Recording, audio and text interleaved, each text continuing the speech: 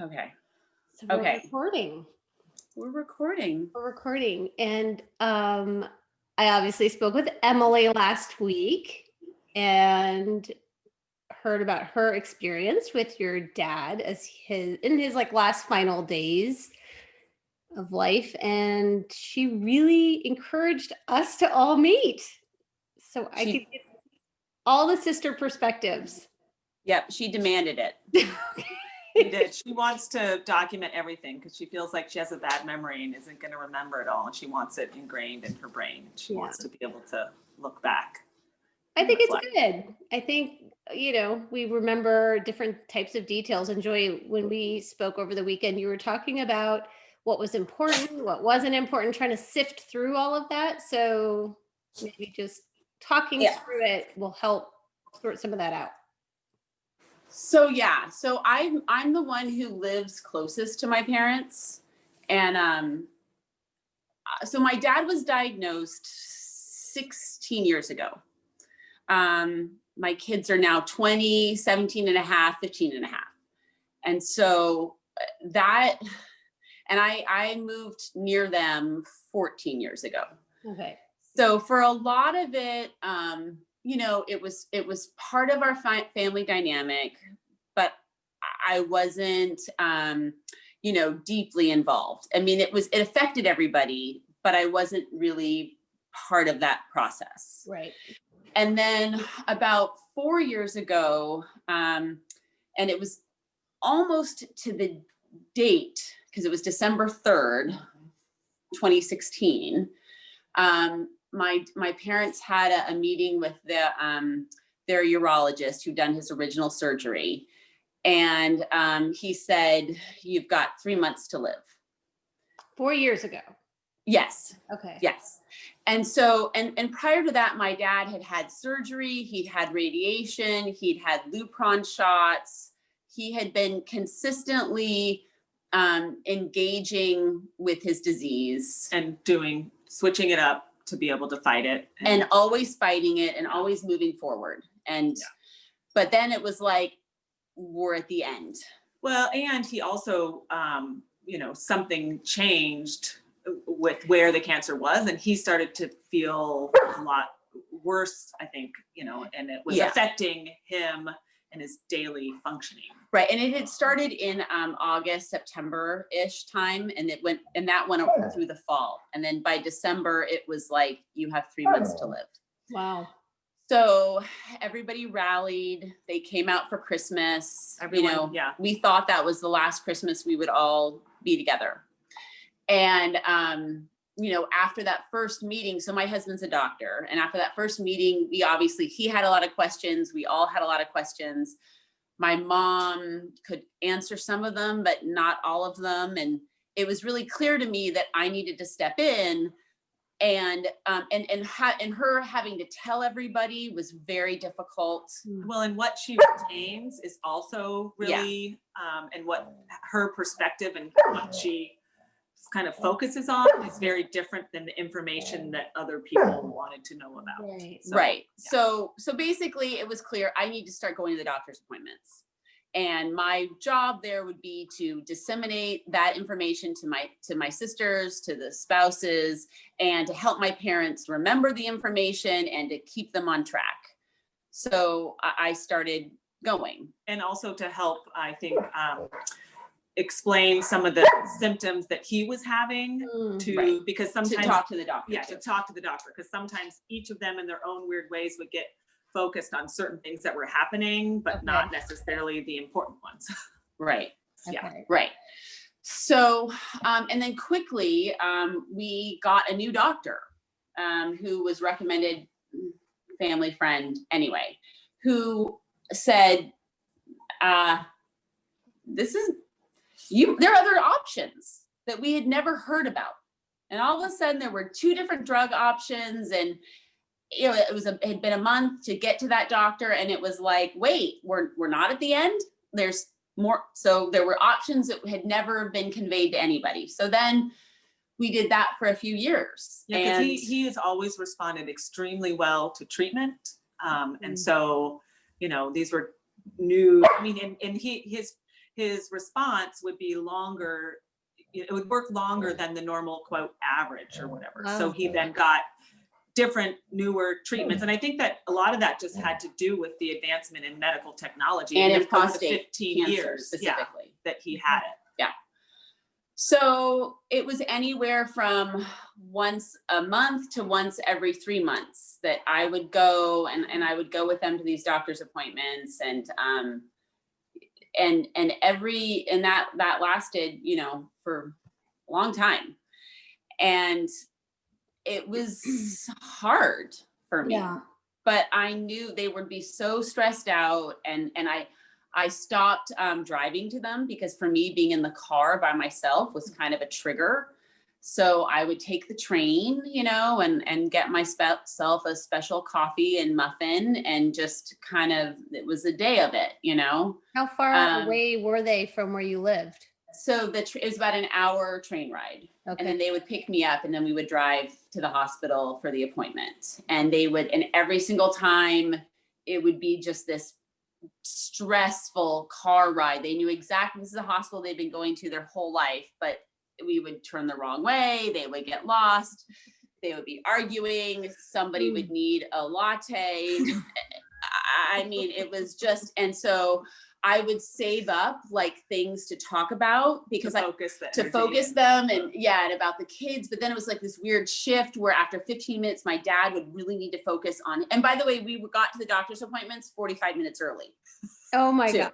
Okay. So, I mean, this is it's a process. And so, you know, and I would have to entertain them for about 35 minutes with stories about my children or Eric or me or whatever. Mm-hmm. And then there'd be a shift and be like, okay, what are we going to tell the doctor? And my mom would bring out her clipboard, and she'd start saying a bunch of stuff that would drive my dad crazy. And he'd be like, no, this is what I want to talk about. Mm-hmm. And I would be needing to kind of balance that and pull pieces from either side. And parts of it was just like, I started to understand the relationship in a different way. And so parts of that was insightful, and parts of it I was like, I don't want to be here. Mm-hmm. I feel like I'm a marriage counselor between my parents right now. And they have a loving marriage. Mm-hmm. They really do. But they've been together a long time, and they are weird. And they each have their own roles. Yeah. And all of a sudden I was like the interpreter and the navigator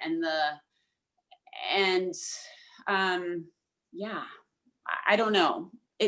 I don't think there's anything that could have been done differently about that, but somebody had to be there, right? Because then you would revisit things that with them and with the rest of the family, of information being lost and information being remembered. And it was a lot of information, like a lot. So like a lot of bandwidth was required on your part. Yes. Yeah. Yeah. And so every New Year's, I'd think to myself, okay, this is the year my dad's going to die. Mm-hmm. And I'm going to like be there, and I can do this, you know? And then like around July or June or May or whatever, it'd be like, well, he's not dying this year. And I'm like distracted, and shit's going down. And now I'm doing this and I'm doing that project. And I would kind of forget like that was supposed to be my goal or my focus or whatever. It would fall by the wayside, you know? Right. And then like come into the winter months, often when he would start, a new problem would crop up, and it would be like, okay, this is going to be our last Christmas together. This is going to be, you know, and I'd make that resolution, and I would dig deep, and then it would be like another year, and it was just like Groundhog Day. It was just crazy until I was almost numb. And so about a year, I see. So at this point, my timeline is really off. When he started chemo? But about a year and a half ago, things were bad again. And my firstborn was going off to college. And I was like, okay, I need a tattoo. Because I mean, I'm 48, okay? Like this this is how I need to go get a tattoo, because if I can get a tattoo, I can do anything. And my husband hates tattoos. Okay. And I thought I had told him I was getting a tattoo, but apparently I didn't really convey that. So my family was a little bit shocked when I came home with a tattoo. I didn't even know she had a tattoo, and I looked at her feet one time and I was like, you have tattoos on your toes. Yeah. Like, oh yeah. I was like, oh, okay. Yeah. So I don't know. But clearly she did it for herself. I did. No one else. No, and that's exactly who you should get a tattoo for. Yes. Yeah. I realized later when I stopped breastfeeding my baby, I went out and got my belly button pierced. Okay. So I do have a habit, I guess, of doing something kind of off. I mean, I don't drink, I don't smoke, like I am boring. Yeah. But I do have kind of a reaction about a need to like make something physical and something permanent when I need to mark some milestones and when I'm shifting gears to it and I need to do something kind of challenging. Yeah. So I reminded my husband about the belly button pierced when he was confused about the tattoo, which I don't know that the logic flowed for him. But so when we were growing up, we always said the Desiderata, and it's a poem, and my dad had we memorized it with him, and it's like we said it at our weddings, we've said it at the births of our children, and one of my favorite passages is that you're a child of the universe, no less than the trees and the stars. And whether or not it is clear to you, no doubt the universe is unfolding as it should. Mm. So I had to go get a no doubt tattoo, which is a little bit hard to explain. It's not for Gwen Stefani. Yeah. But you might appreciate it though. But it was my reminder of like, things are happening the way they're supposed to happen. And as a woman, we doubt ourselves too much. Yeah. And that was something I said to my daughter a lot when she was at that first big milestone of applying to colleges and thinking about her future. And I would say, no doubt the universe is unfolding as it should became no doubt for us. Mm. So, yeah. It's so good. Yeah. So I guess, we each deal with things in our own way. About 6 months later, though it wasn't quite finished, I had to get a second tattoo. So that kind of completed it, but that's different. Anyway. So I knew that we were getting closer because stuff was starting to get more intense with him. And I knew that it was coming. But again, like last year, it was like, this is a year. And I mean, we made it the whole year. Yeah. And he did all these clinical trials and he's a fighter and he wanted to keep going and fighting and going. And, but he also, about a year ago, I started thinking he's not my dad so much anymore. Mm. Like the cancer had kind of taken over his existence, like what they could do, things he loved, he just couldn't do projects anymore. He couldn't, it was just, so there was a slippage there, but they were still happy, but it was getting harder for me to understand why he was making some of the medical choices he was making. Because they did start to have a huge physical impact on him. Yeah, he got nephrostomy tubes because his bladder had tumors and his kidneys were shutting down. And so, you can't swim anymore. You can't shower easily and you have to have bandages changed and the tubes have to be exchanged every 12 weeks. And it's a lot. So I had driven him to not those different appointments when my mom was traveling or something. And I could see the toll it would take on him to gear up and go and to be picked up and stuff like that. But it was all, it was what they seemed to want. Well, and, he would also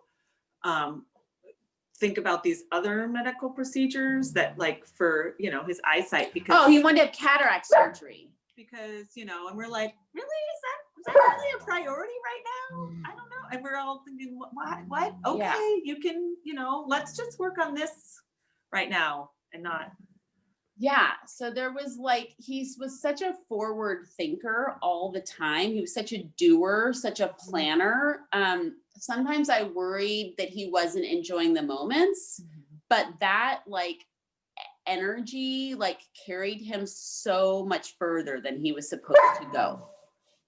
Like and it really, I'm going to jump ahead here for a second, but I had this thought on Wednesday of last week when I had to leave. I mean, I wanted to leave, but I had to make myself leave him.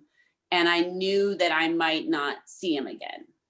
And I was, making the beds and getting things. And I thought to myself, it's exhausting to live life at 110% where you like push yourself so hard. But that's what my dad gave me. Like, and every day I get up and I push myself so hard, and sometimes to the detriment of what I'm trying to accomplish. But the flip side was that I have a sense of peace about the world. And I truly know that there is like nothing else I could have done. At the end of every day, I often can't sleep, which I also got from my dad, because I'm thinking about what's next. But I know that I kicked ass that day. I'm never lying in bed regretting that day. I just can't sleep for what I need to do tomorrow. And so when I drove away, I just thought, that you've given me peace, because I know I did it. And like here, the way I live on earth, I knew for him, he was at peace because that's how he lived. And so I didn't feel bad for him, even though, we weren't quite at the end, but I knew. So anyway, I can't even remember why I jumped to that, but I just remember having that thought. And I think that because when they exhausted every medical option they could, that it was easier for them to go into hospice. In fact, the day we got the phone call, then it switched, COVID pandemic protocols, all the appointments are now virtual, right? And so I'm on a conference call with the doctor, and I'm at the dog park, and I had purposely gone to the dog park because I knew it was going to be a bad phone call, because I knew he was bad.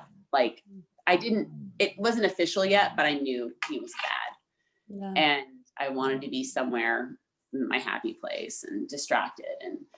And so when his doctor, he had such a good care team at Kaiser, and his doctor talked them through it in a way that even though I had been there all along, I don't think I could have done. And she said the thing that he needed to hear, which was just that, I know hospice sounds scary, and I have to tell you, I don't want there to be any confusion. This means you meet the criteria that you are not going to live longer than 3 months. Like, I don't want there to be any misunderstanding. She said, but I have found that often when my patients move from, fighting the disease to hospice, that they often live longer when we're just treating your symptoms than we are fighting the disease. And all the work you've done to fight this disease might actually be shortening your life. Wow. And I was like, and I said to her, like, we are so blessed. I'm like, when you have a bad day, please remember like the lives that you have touched and changed. And like, our family is so grateful for the care that you've given him and us, because she was just a really phenomenal doctor. So, but to that point, so my parents, who have been my mom researched and read articles and talked to people, and he went to UC Davis and UCSF and Kaiser, and just really like cutting edge, anything. they did not understand, in my opinion, what hospice meant. They had no idea. And I think you can understand a definition and not understand a reality. So they were not stupid, but when they just, and so then, we hung up with the doctor and we had the debate about, well, where are you going to be? Are you going to be in Berkeley? Are you going to be up at the cabin? Like the pros and cons. And I just said, they're equal and I will support wherever. And, cause there's a remote location but then there's where he's happiest. Right. And the challenges of a remote location balanced with where he's happiest. And then also The remote location is actually easier for the rest of us, honestly. right, but harder for the medicine part. Yes, definitely. And then we wanted to make sure my mom had a place to leave too, that was somewhere that was more about her, and which of course, none of that's actually what's happening. So whatever, but it was just, and I just said, I support you guys, and they seemed like they were really thinking about it, but no. Well, I feel like there's a couple of key, really important things that you should be discussing about in hospice that are really difficult conversations that they didn't have, and that during when he was actually physically dying made it more difficult to deal with. But I just don't think they could have had those conversations. And, was it right or wrong? No. It was what it was and we had to deal with it. But, there's going to be some discussions that I'm going to have with my husband going forward. Yeah, definitely. So, What were the things? well, And said? the one of the big ones was, there was a couple things. So when I came up, go guys, come on here, go. Watch out. Come here. Sorry, dog, the big dog. I came up here on January 1st and he was, throwing up constantly and retching and spitting up just like bile. And so one of the things that that they didn't talk about, and my mom kept wanting to feed him, and I kept thinking, why are we giving him more food? It just puts him in this, his body is rejecting it. And it just, every time he did it, I just felt like it was so intense. Why are we making him go through that? So, and I feel like they didn't have that discussion, and it's hard, because she'd been trying to feed him for so long, and trying to get him to eat for, the last year, that health, maintaining his eating health was so important. And all of a sudden it was totally different. And so I think the whole eating thing it was super difficult. hard for my mom to catch up because he had some real shifts in his health status. Well, I feel like it went really quickly, actually. I just mean Ridiculously even quickly. like from, Yes. you've got to yes. eat, you're losing weight, to then a total shift of like, you can't eat a lot of food. It makes you you need to have liquid foods and these there was just, it was just, and by the time you'd figure one thing out, it was on to the next thing. Yeah, wow. Yeah. So that was a big one. And then the other big one, when he was completely incapacitated and unable to talk, was whether or not we were giving him ice. And whether or not that was, and we had all agreed that nobody wanted to prolong his life, but my mom's deal was she wanted to provide him comfort, right. And when needed. And that was I think that's a big decision and discussion that should be talked about, what the person actually wants. Ultimately, I feel like we got it right, but it was really hard. And I think it was just hard for them to have those conversations beforehand, but it's even harder to have it in the middle of it. That's really it. As hard as you think the conversation is to have right now, it only gets harder. Yeah. And then it's more people involved. Right. For so many reasons, it's harder. And then if they're gone, I think it would be awful if we were trying to, diagnose what we had done, if we had regrets and still confusion and misunderstanding, the stress level from that would, I think, just color the rest of your life. So it literally only gets harder and harder to have those discussions. Yeah, definitely. Yeah. So now we can laugh about the ice because we were able to get through it. Right. But if we hadn't been able to have a family conference about ice, then I don't know what would be. We wouldn't be laughing about ice now. Yeah. Right. You know, we wouldn't. So by January 1st, when Claire came, things were already. Yeah. So you Dude, came back. I skipped a bunch of stuff. Oh Okay. yeah, go back. Yeah. So December 19th was the first time I have ever had to wipe my dad's ass. And let me tell you, that is an experience that you don't really think you're going to have. Right.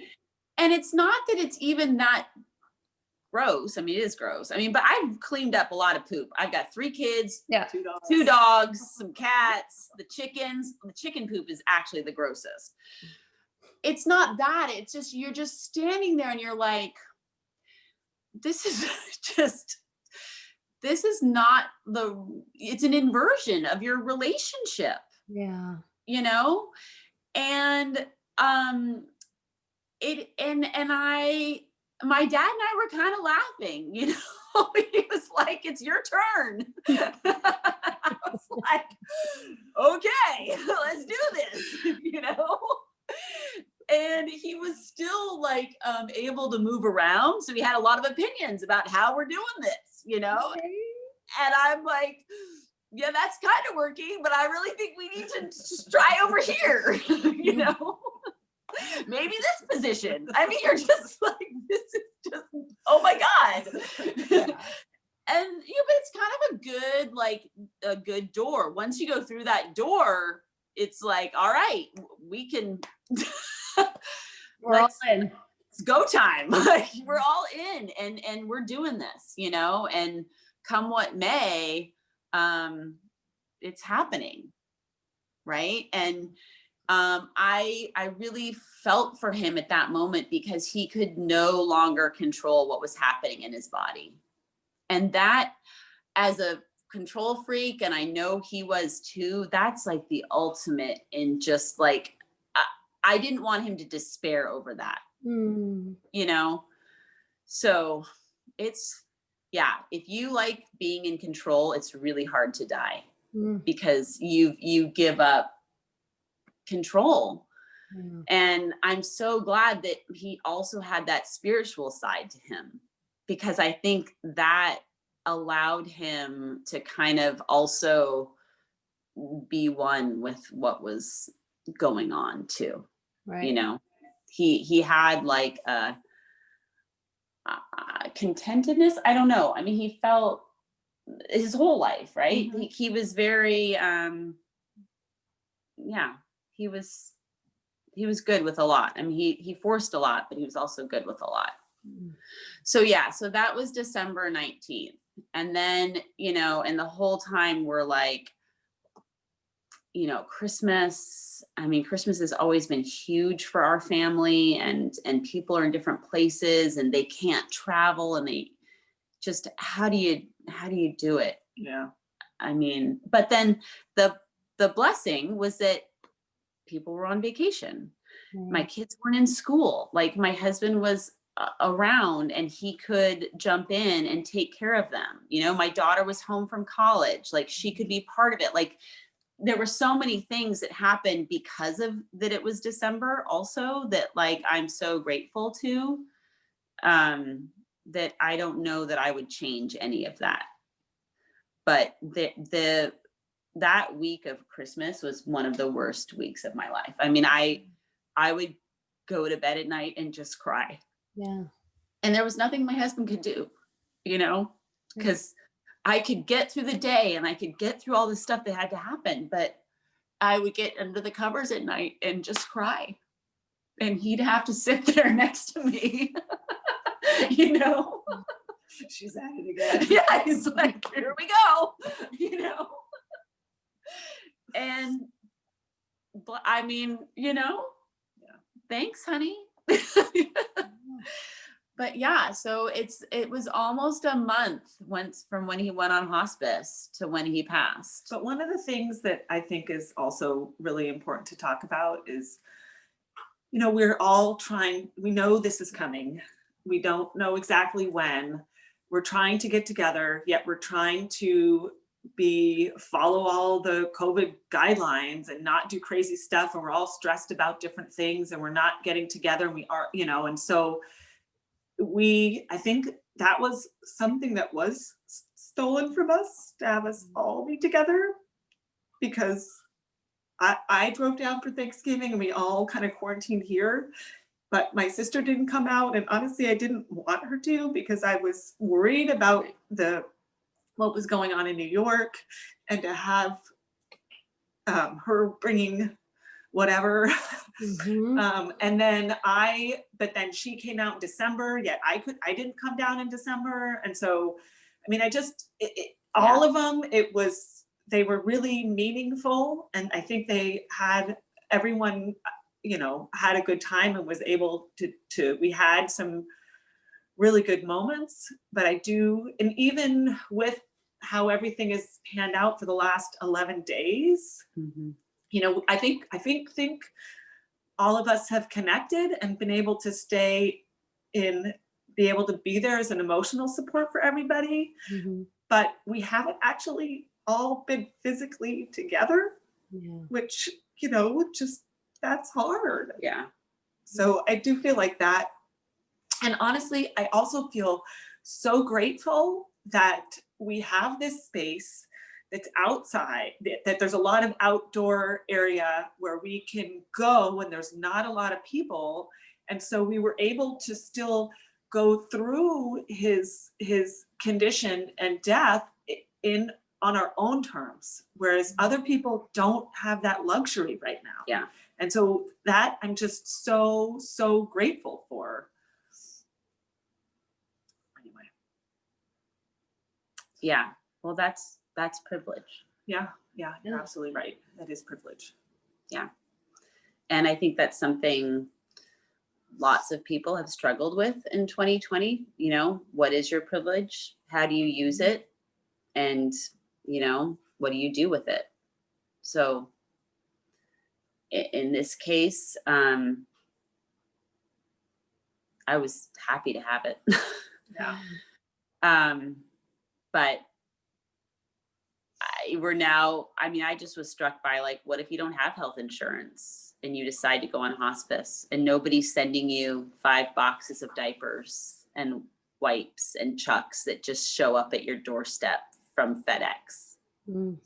You know, we had so many deliveries of things that felt like impossible to get. But the fact is, we had health insurance to get them at all. Right. You know, and at one point my mom said, the people, you know, because there was a hospital bed delivered, there was oxygen delivered. You And know, when it happened, it was able to come, I mean. And my mom's like, they're so nice. And my daughter says, well, there's a little bit more writing on this than an Amazon delivery.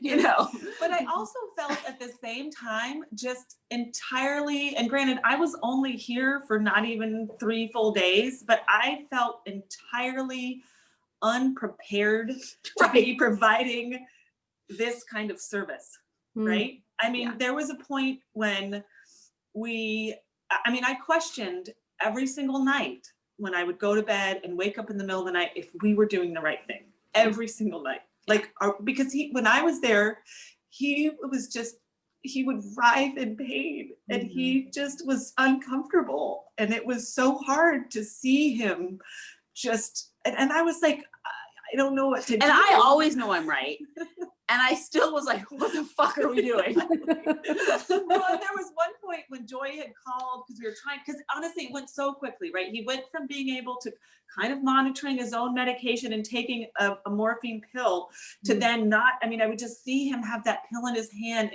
And he just would like psych himself up to try and take it and To try swallow. to swallow it. The 'Cause swallowing. he just Wow. couldn't, he would, you know, and the other little pill for cramping, that one was okay, but he would just try to psych him up. And then he was throwing up so much.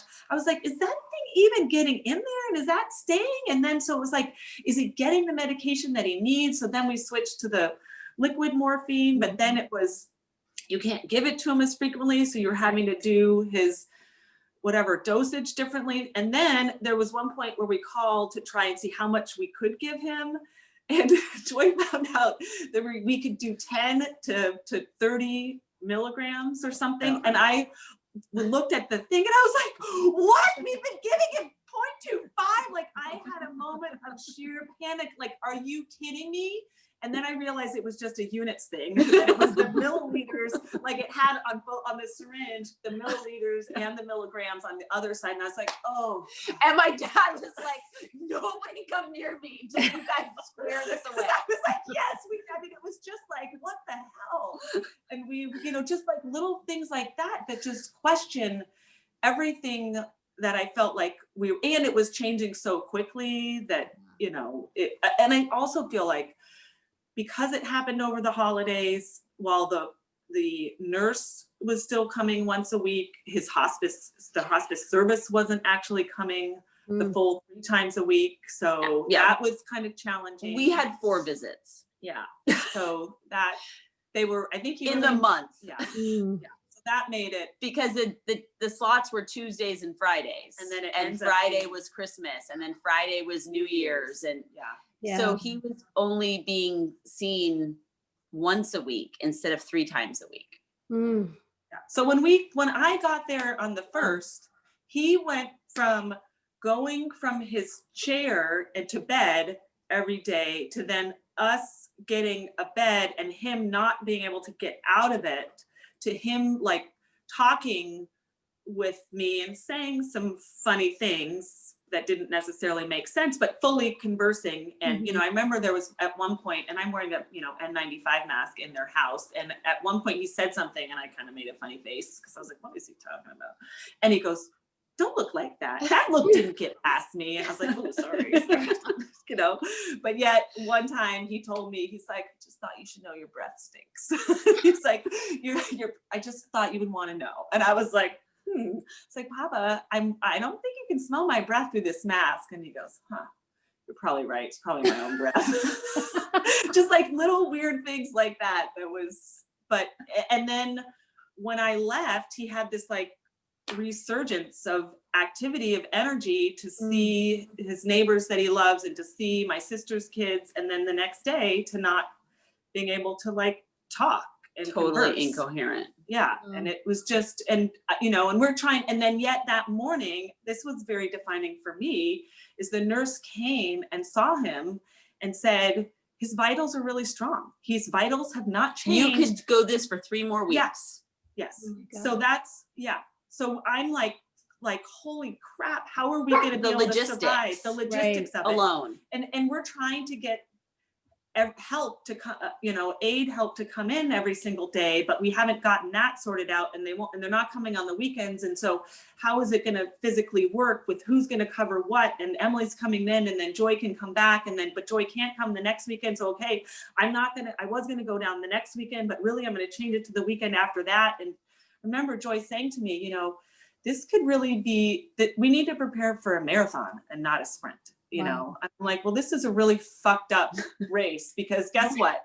They don't tell you, you're kind of preparing for it for your whole life, but yet you don't know when it's going to happen. And they don't tell you what kind of race it is. And by the way, you have to do it while crying and with a mask on. I mean, it's just like, it's really intense, and I remember feeling after I left that, I just needed to be there emotionally for both of my sisters, because I remember being there and it was so stressful, and just, we were able to get release by talking to each other about what was going on, and just talking about what was going to happen. Just making those decisions sometimes are really hard, and being able to talk to someone about it. And, but it's hard to be fully engaged when you're, 1,000 miles away. Right. Yeah. So, And you're but FaceTiming and yeah, yeah. and phone calls and anyway, but yeah. And then, Emily called me one time after Joy left, just absolutely sobbing. And I was like, whoa, whoa, whoa. Okay, what's going on? And she's like, I can't do this. And I was like, okay, you can do this. And I said, have you been outside today? And she said, I've been inside for 48 hours. And I was like, get your shoes on right now. And she's like, I was like, you're going outside. We're going to go on a walk together. And she's like, but it's raining. And I was like, I don't care if it's raining. Get your shoes on. Do I have to wear socks? I was like, no, you don't actually have to wear socks. Just get shoes on. And I got her outside, and we had been talking for and so they texted a picture of her get up, and I texted back like, is this cabin fever? What's happening? Yeah, so Emily's she's like, she's having a breakdown. I sent her outside. So then she calls in, and I merge her in, and then we talk for the next like 20 to 30 minutes about, just getting her through it. But, it's just, I'm like, you gotta, and then she was able to ask a friend of hers to come up, which I think she just felt like she would have support then. But I was just at that point, of course, if I had known my dad was going to die in 36 hours, of course I would have been down there. But it's like, I don't exactly know what's going to happen. And so I need to be available for the next stage as well, but, so I'm trying to provide as much support as I can from afar, but anyway, it's hard. I mean, and she obviously had a totally different experience than, what I had, because she showed up to my dad just not really talking that much to her, so. Yeah, I mean, I think I had the last, like, basically coherent conversation with him on Monday morning, where there was a true give and take as to what was going on. It didn't make complete sense, but it was, and then the guessing started after that. But I and Emily was on an airplane and Claire was at home, and I was texting them both. And I just, I said to him, like, what are we doing? Why? Like, because I felt like I should tell him that he should go, but I'd been kind of scared to have that conversation with him. And I also was a little bit worried about, isn't my place to have that conversation. But once again, I'm like, I don't want to have any regrets at the end of today. And if this has anything to do with me, I need to make sure. So I said, what are we doing here? This doesn't seem like living. This doesn't seem fun. And he said, it's not fun. Wow. Well, why? And he said, I don't know. And I was like, well, figure your shit out. You fucking answer. Be good if I understood why we were doing this. And he said, I'm not ready yet. Wow. And I said, what are you waiting for?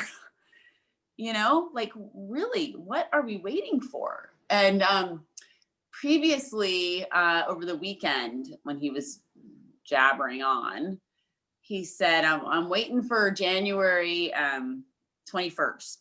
And I was like, that January 25th is my husband's birthday. So I'm like, Eric's birthday? Okay. And he's like, and I realized he was talking about the inauguration. He wanted Biden to be president. Oh my gosh. And I was like, that's why they're certifying on January 5th. It's like, hold on. Like, that's a good date. I mean, then what went down on like January 6th was like, I thought, oh my God, I'm so glad he's like, completely catatonic now, because that wouldn't have been a good thing for him to know about. But he probably did know about it, but I just, in a really like vivid way, I'm glad it was kind of in probably a muted way. because he said, okay, January 5th, maybe. And I was like, once they certify Papa, it's good. Yeah. Yeah. So I thought maybe he was still, and he said, I don't know. And I'm like, okay. And then he said, but I'm not ready. And I got to talk to Shakespeare, and there's some dogs over there. And then he like passed out. And so I texted Emily that, and Emily said, I know I'm the spoiled third child, but tell him he's got to wait for me. Oh, wow. And I said, okay. I was like, Papa, you got to wait for Emily. She says to wait for her, So, and I know he got that. I mean, he didn't respond at that point, but I knew he had that. So, and I think it's clear that he was hanging around for my mom because my mom was not ready. Yeah. I mean, when I left him on last Sunday, I gave him a hug and I said, it's okay to let go, Papa. And I said, we'll take care of Mom. And he just looked at me with confusion, and it wasn't confusion about what I was saying. It was confusion about why I was saying it, because he was not there yet. He was not ready. So there were like these interesting phases that he went through where the weekend, like he, 7, like if you do 7 days from like normal to dead, because that was his gibberish about, December 31st, feet on the ground, January 1st, feet up. Yeah. And he went from being in horrible pain and really understanding what was happening to being like kind of cuckoo to not being in any pain, but totally out of it, not on pain medication, not asking for it. Wow. But just like, and I said to my husband, like, he's having a great time. He is like in his mind having all kinds of wacko conversations with Shakespeare and whoever, and he's not going anywhere. Like, he's enjoying this. So I dug deep to try to enjoy it with him, because I was not enjoying it. I mean, previously I was the only person who he would let change him. And I could only change him once a day. And then finally the nurse said it needs to be twice a day. And at which point I was like, look, I'm not, and I'd have to give him a foot rub to like, and finally I'm like, I tell my children, I don't negotiate with terrorists. Why am I negotiating with you? No, there's nothing going down there. We don't need to do that. He's like, no, I'm good. And I'm like, no, there is stuff going on down there. He's like, how do you know? I'm like, I've seen it. There's stuff is going down.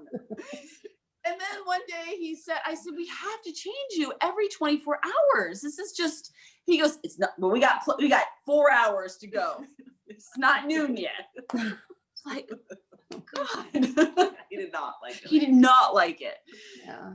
So I did not like it. I mean, it hurt him. It had nothing to do with embarrassment. It was painful. Right. And he had blood clots. It was painful. It was, So, but he was no longer in pain. And it was just like, what is happening? And his brain was somewhere else. And then by Wednesday, he was in pain again. But his mind, for me, it was not in his body anymore. It was up in the trees. It was with the ospreys. It was, floating around. I mean, it might have still been here, but it was not in his body. And so that's the other reason why I was able to walk away on Wednesday, is that I knew he wasn't in pain. Right. And his body, in my opinion, was on autopilot. The lungs were working, the heart was working. Well, I just kept, but it wasn't of his volition. No. It was a system, and the system was going to keep going.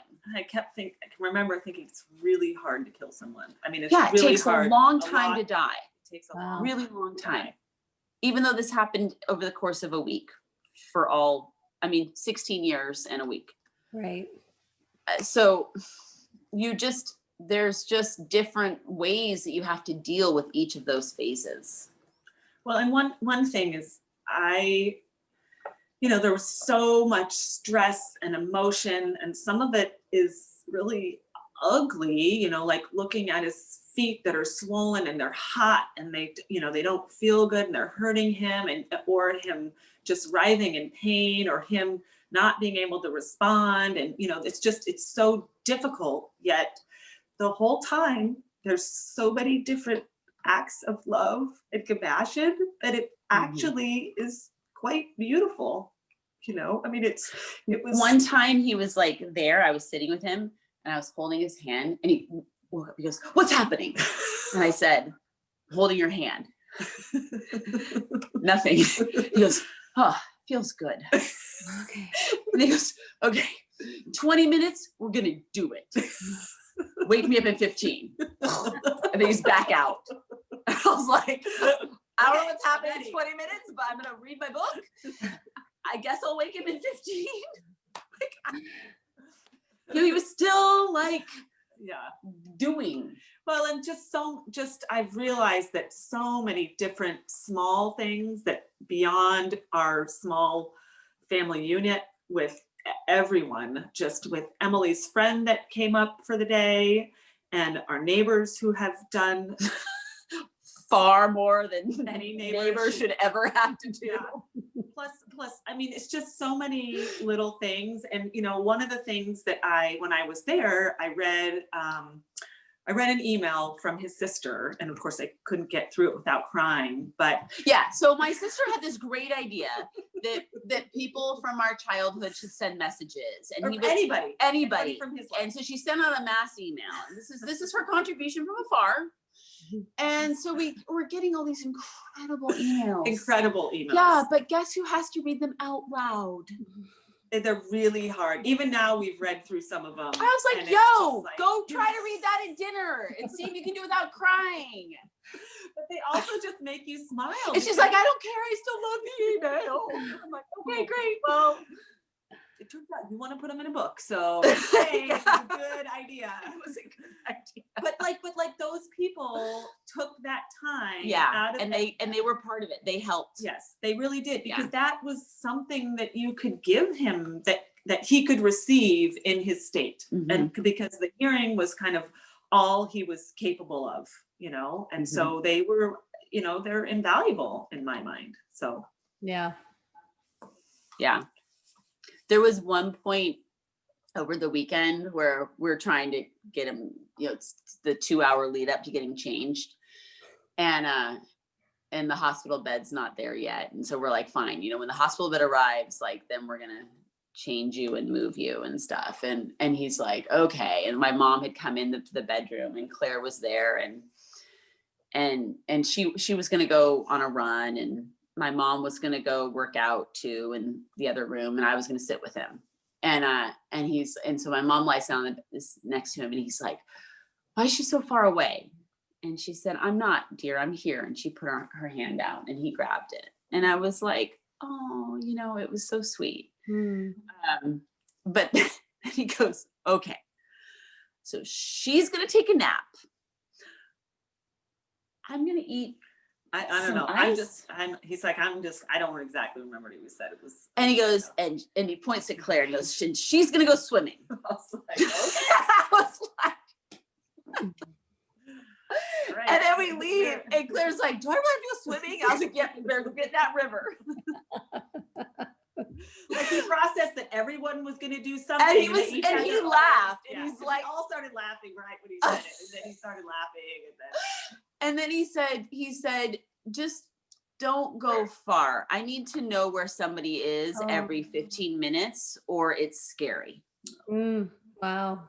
And I said, okay. I said, I'm going to go get my book, and I'm going to sit here on the floor, and I'm not far. I am here every, At a different point, I was doing some sit-ups on the floor, and my daughter walked in and was like, "What are you doing?" And I said, I'm gonna do sit-ups, and my dad was like, "You should do one for me." I was like, okay. do one for you.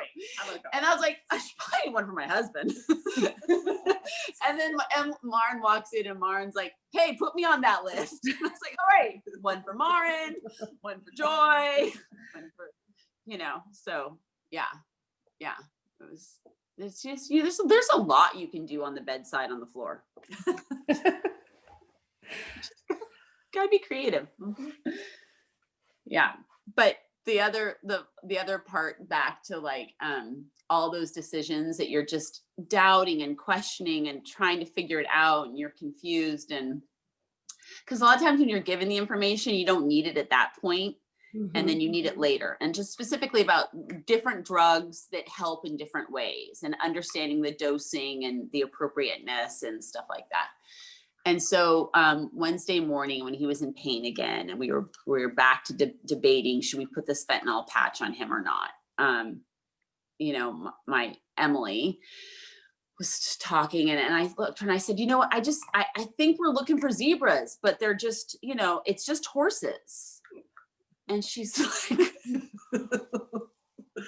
but what are you talking about? But I need to get the tea, but like, what? And I'm like, it's just horses, Em. And she's like, what are you talking about? And so I explained this like medical idiom that, horses and zebras, they have 4 legs. They're the exact same animal, but one is striped and exotic. And a lot of times in medicine, you're looking for that, like, the bizarre reason, the exotic disease with the treatment that's like the miracle cure and whatever. And I'm sure I'm getting this wrong. My husband can fix that later, and it's just horses, it's just dying. There's no magic pill. There's no, you do the best you can. And it's just what it is. Yeah. And you do your best, and that you love them and they love you. I mean, maybe before it really went downhill and I was helping my dad at one point, he said, okay, just for, just know I'm grateful. Yeah. I just a blanket. Thank you. I said, I know, Papa. Like, I know what's in your heart. He's like, okay, because, I can't say it every time. It's fine. I got you. I was like, I got you. I know you're grateful. I know you're thankful. Right? Like, so that's how you get through it. Yeah. Yeah. And I think that, I've struggled a little bit with, and I think Emily has some with some of the suffering that he went through. And I've just kind of come to this realization that, you know what, he was a strong guy and he went through pain and suffering through raising all of us at different points in his life and different parts of his life. And these minutes of suffering, he wouldn't want it any other way. I mean, we were all at his side at different moments, and so I think that he knew that, and that's really what matters. So that's how I'm processing. So at one point after you were gone, Claire called me and she's like, they're so weird, but like talking about our parents, but like they did it right. And I'm afraid I'm not doing it right. And like, they're so wacko, but they did it so right. With their kids. Just with life. Yeah. With their kids, with each other. Yeah. The whole thing. Yeah. And it was like, oh God, you're right. Like, I don't know that I'm doing this right. Like, but if they can get it right, why the hell can't we? We can get it right. I mean, we also had a moment where Emily and I, that like the tabs on the diapers is gonna be so much easier, not the pull up, but the tabs is gonna be life changing. And so my sister and I are changing him together. And finally I got help, right? Like, this is no problem. We're trying to put this diaper on him at bedtime and he couldn't really participate at that point, but he was still in pain.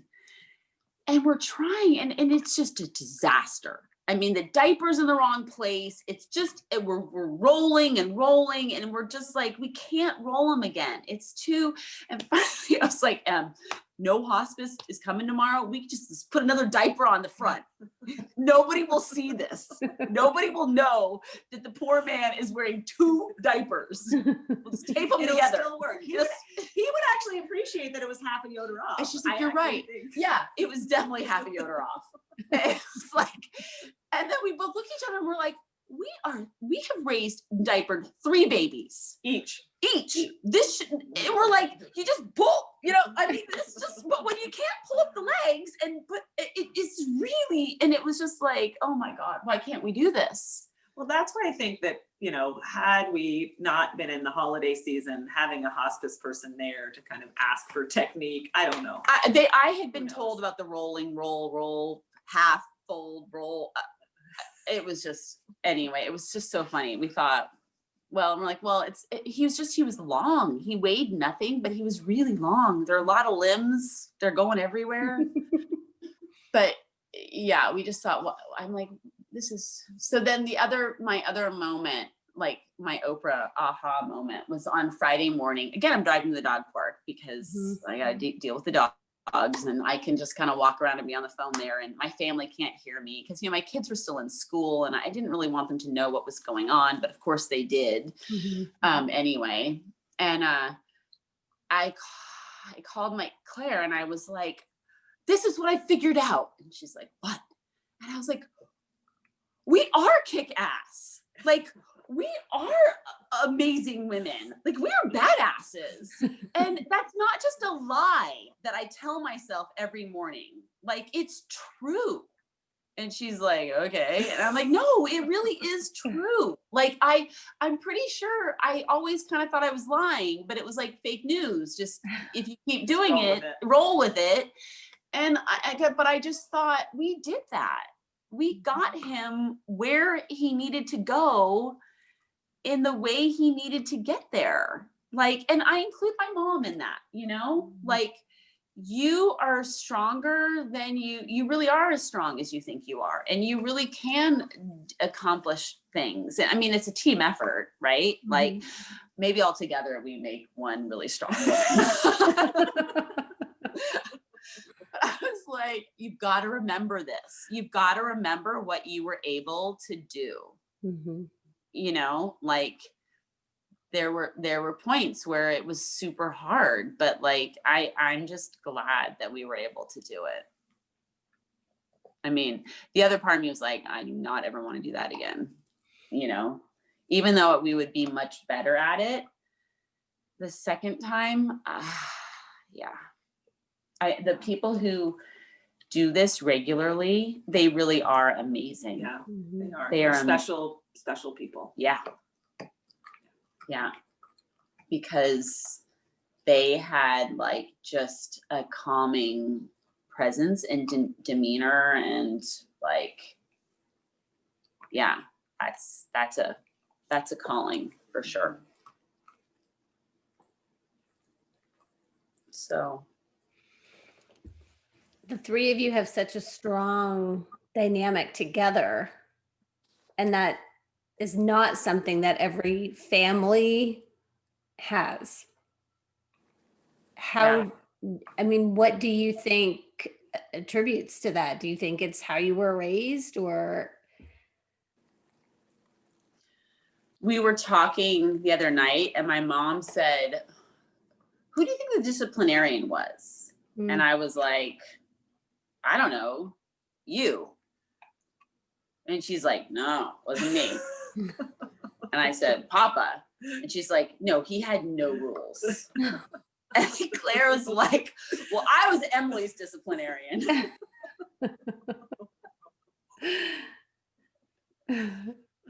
So honestly, I don't know what it was. We grew up in Berkeley in this time and space, right? Where there was a preschool. Our backyard was a preschool. The neighbors banded together and hired a teacher and kind of pawned off the child rearing duties to this professional that they hired, but then like at the same time, let them run loose and free range. So it was like this weird, like, we care enough to structure this and to pay a teacher, but we also all know that we are not teachers, and we're not going to be engaged with you that way, and we're going to engage with you in a different way, and we're going to let you do whatever you want for quite a bit, but at the same time we recognize that you need to have school or a place that you come home to after school. You know, I also actually think that my parents, and this is kind of silly, but when they went to Mexico one year and they bought a timeshare and they came home and we were all like flabbergasted. Like, are you kidding? Do we need power of attorney? This is the stupidest purchase you have ever made. Like, what? You did what? And then for the next 10 years, we all went on vacation together. And so even though we're each living in really very different parts of the country, and sometimes in different countries, we're getting together with our kids, and our kids love each other and hanging out together, and we're getting to spend that time together. And so in retrospect, it was absolutely brilliant because we wanted to go with them, and we were spending time with each other. So, you know, I think that definitely adds. And then also, honestly, the cabin is a really special place where we all have such fond memories of, and we all come here every single year, you know, to spend time together, and we do a lot of the same things, and we just hang out. We honestly don't go anywhere. And, you know, I think that's to Morgan's dislike, Emily's husband, but we just hang out. And so that's like twice a year, we're spending a week with each other, and, you know, just creating these memories and relationships. And so then when life gets really hard, you can still get through it and laugh together at it, and also dig deep and deal with it, you know? So I don't know, kind of brilliant on their part. Don't tell them I said that.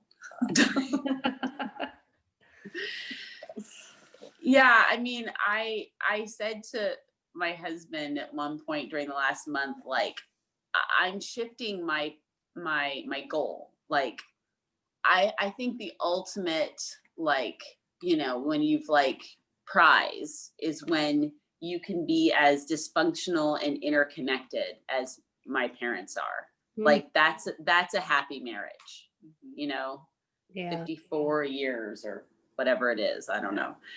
And like, that can be our goal. And he was like, he's like, not dysfunctional. And I was like, well, you can't figure out how to use your ATM card, so I think we're already there. You know? But like, that's okay. Yeah. Like, it's okay honestly, to let somebody help you. They love doing it for each other too. Yeah.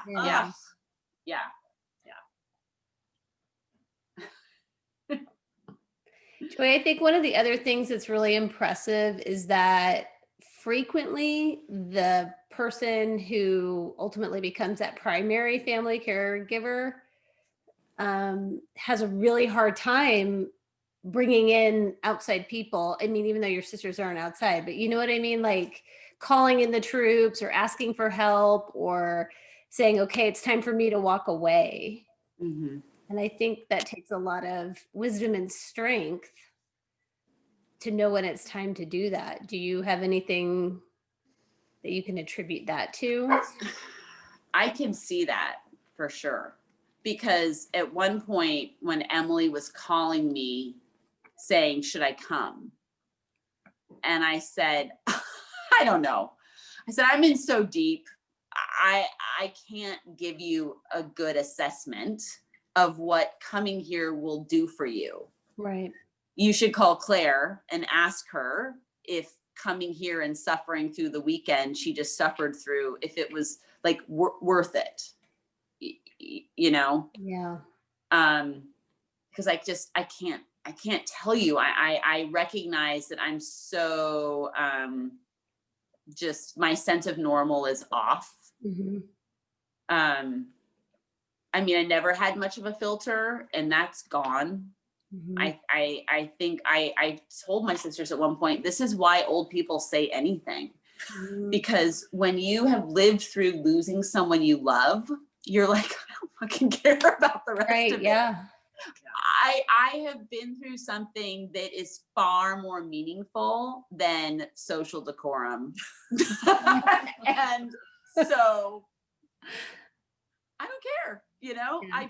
I really don't care what people think. But I do think that, Joy, you were okay with setting some boundaries with what you were able to do, and the fact that you did need to go home and do some. Yeah.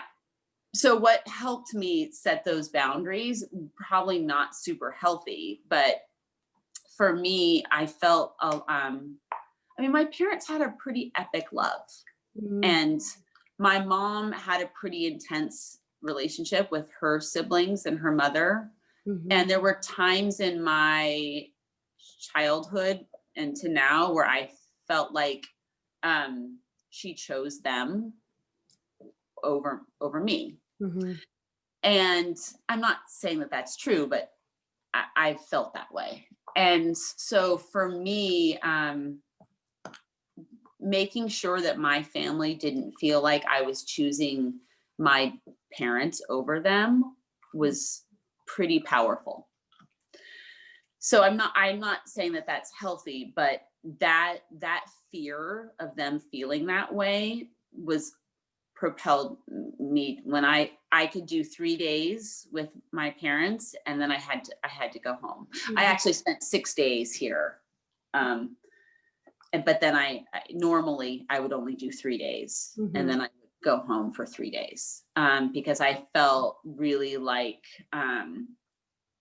just I needed to know that they knew that they were being cared for, and they know that I love them, but I needed my family to have me physically there and physically caring for them.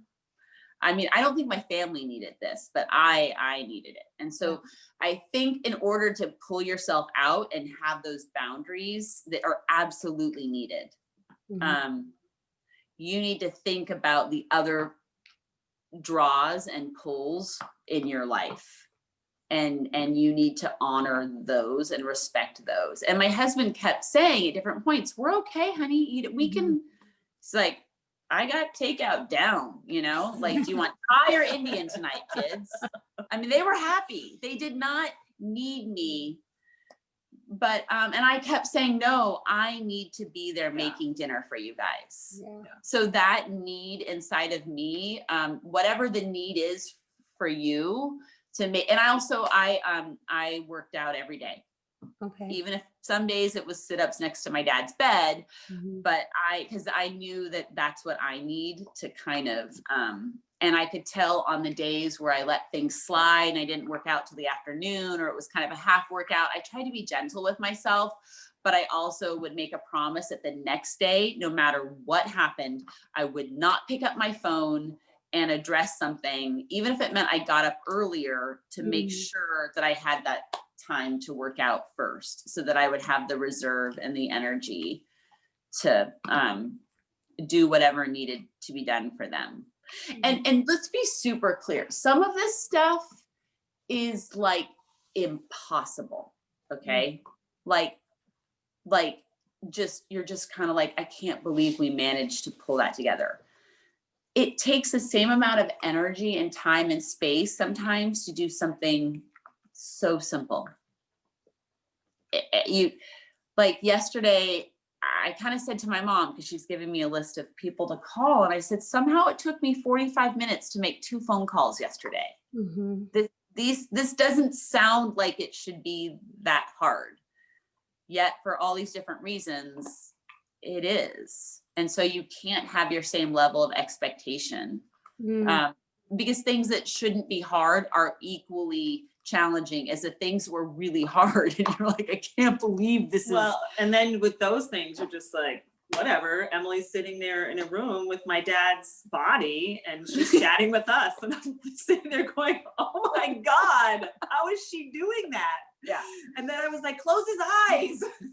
Yeah. He's like, should I close them? I'm like, yeah. And she tries it. She's like, I can't. They're kind of goopy. I don't think they're working. And I was like, stop messing with his eyes. Oh my God. I'm like freaking out. she's like sitting there and I'm like, oh my God, we're just like, I mean, it's just insane. It's absolutely insane. And then she goes, and then she's like, she goes, well, should I put the sheet over his head? And I was like, well, if you're not sure he's dead yet, no, that would be a bad idea. These are the conversations we've had to have. I mean, they're just so screwed up, screwed up. You don't think you don't think that anyone should be having those conversations, but the fact that you're having them with somebody else, you know, not somebody else, with your sisters, it makes it doable. And you're at that point, you're so desensitized, but also entirely and fully connected to it that it's just, I don't know, it's crazy. It's very crazy. I mean, Emily called me on Friday morning and she said, you know, Papa found the right door. And I said, okay, are you sure? And she's like, I think so. I think he found the door. And I said, why don't you check his pulse? And she's like, I can't find his pulse. I've never been able to find it. I'm like, okay, let's just talk. You know, if he might start breathing again, let's just talk and tell me about what was happening and you know, I know you're worried about forgetting what's happened, and just tell me. And, you know, so she's talking, she talks a lot. And I'm like, okay, it's been an hour. I think we need to call hospice. And Claire, I think we now need to call Claire. 7:06. Like, it literally been an hour. And I was like, we got to go to this next phase here. Yeah. You know? So she calls. And so I'm like, okay. And she's got me on speakerphone, and, you know, and I'm like, there's the binder. Cause I was the one who knew the numbers that needed to be called and stuff like that. Right. And so she calls and she's talking to them, and she's like, I think he's, I don't know if she was still saying found the right door, or if she said, I think he's passed. I'm not sure what she said to the hospice people. And they're like, well, you same thing. Can you check his pulse? I can't find his pulse. They're like, never been able to. Yeah. And then they're like, okay, well, can you feel his body? Is it warm? And she's like, walked over and was like, it's kind of warm. And then they're like, okay. You know, and I said, either way, hospice needs to come. Yeah. Like, if he's still here, there's been a change. You know, like, they're like, we're coming, you know, we'll be there at 9:00. And just you know, you're just kind of like, and I'm like, okay, so now it's 7:30. I mean, we got to wait another hour and a half. Like, oh my okay, gosh, we're gonna keep talking to her. And then at one point I said, we should really figure this out before Mom wakes up. Oh my gosh. Like, we need to have a definitive answer for her. Like, and Emily kept saying, he's passed. And in my head, I'm like, he is passed. Like, it's time. It's time. But you kept thinking, but it's not. But I was like, is she ready to know that? Was the other part of it. Like, maybe easing into this for everybody is the right thing. You know? And so we just, I mean, but it ended up being fine, actually, that, you know, my mom didn't need to ease into it. She was well, and ready. Emily talked to her. And, you know, we're all still kind of on speakerphone, and then she's going to talk to her. So she hangs up, and, you know, and they're there for a little bit. And then the hospice nurse shows up, and, you know, we're back on speakerphone and talking to the hospice nurse, and, you know, and then, because there's a different number that we have to call because the hospice people have to declare them, you know, legally dead before you can then make the next set of calls, right? And so I'm helping and making the next set of calls, and then the mortuary is going to come pick him up, you know, I think they said by noon, you know, and it's 9:00, and we're like, okay, we're gonna keep talking on the speakerphone. Like, we're just gonna keep talking. Yeah. Because we can't. I mean, you got to deal with it. You got to deal with it. There's nothing to do but just deal with it, and that's the process. And honestly, we were all just kind of hoping for it, but you're never ready for it. No. When it happens. No. I mean, it's what you want. You're relieved, but you're not ready. Yeah, exactly. Yeah. I mean, yeah. I mean, and then a lot of people say, I'm so sorry. And I kept saying, I'm not sorry. Beyonce's not sorry. She ain't sorry. You don't need to be sorry. Like, what is she talking about? I stopped doing that. It just came out, like, it's not sorry. You can be sad, but there's no sorry because it happened the right way. And when it happens the right way, there's no sorry. There might be sorrow, there might be sadness, but there's not sorry. Yeah. So, but I mean, like, and then my mom says, and then this guy in black showed up and said mortuary on his shirt, and that was okay with me, and I was, and at that point, we were still talking, and that's when Emily lost it and was like, I gotta go. Yeah. And and my mom was kind of like, she's so weird. What's her problem? Like, this is just business. Yeah, this is the easy part. This is the easy part, she said. This isn't him. Yeah. I'm going to keep eating breakfast. I'm just going to stare at the wall and not look over there. Yeah.